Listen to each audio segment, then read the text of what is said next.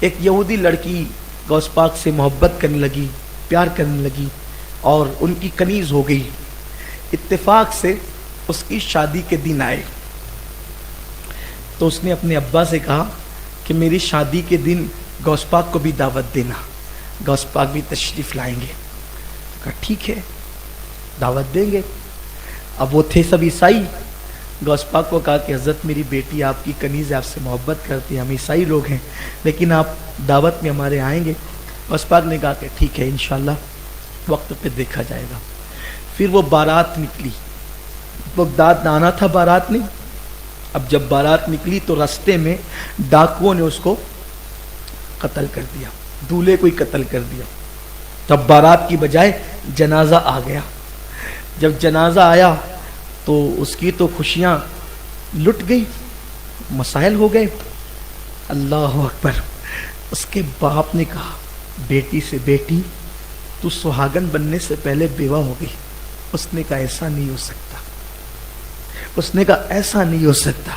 کہا بیٹی اس کا جنازہ آ رہا ہے تیرے ہونے والے شوہر کا، اس کی گردن کاٹ لی گئی، اس کی روح نکاح، ایسا نہیں ہو سکتا، میں غوث پاک کی کنیز ہوں، میرے گھر سے خوشیاں کبھی روٹ نہیں سکتی، میرے گھر سے خوشیاں کبھی روٹ نہیں سکتی، میں غوث پاک کی کنیز ہوں، مصیبت میرے دروازے پہ آ نہیں سکتی، میں غوث پاک کی کنیز۔ کہا بیٹی وہ مر گیا ہے۔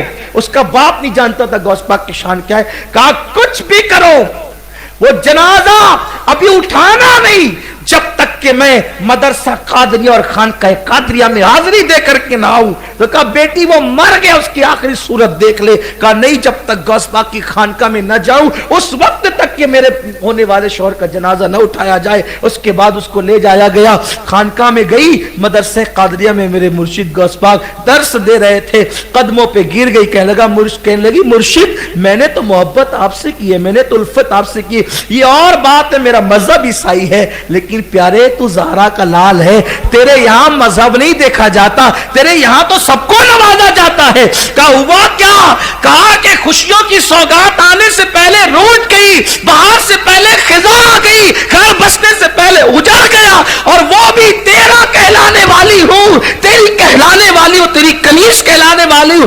میرے مرشد غوث پاک کرم کی نظر فرمائے۔ غوث پاک نے کہا چلو۔ جب گئے تو دیکھا کہ گردن کٹی ہوئی ہے، دولہا پڑا ہوا ہے۔ میرے مرشد نے گردن جوڑی اور کہا کم باذن اللہ۔ دیکھا تو وہ زندہ ہو گیا۔ کہا جا پھر اپنا گھر بسا لے۔ وہ اس کا کیا گھر بسا، کئیوں کے دل کی دنیا بس گئی۔ انہوں نے کہا اب شادی بعد میں رچے گی، پہلے تو ایمان کی رمق رچے گی، اور وہ سارے عیسائی کلمہ پڑھ کے مسلمان ہو۔ یہ ہے غوث پاک کی شان۔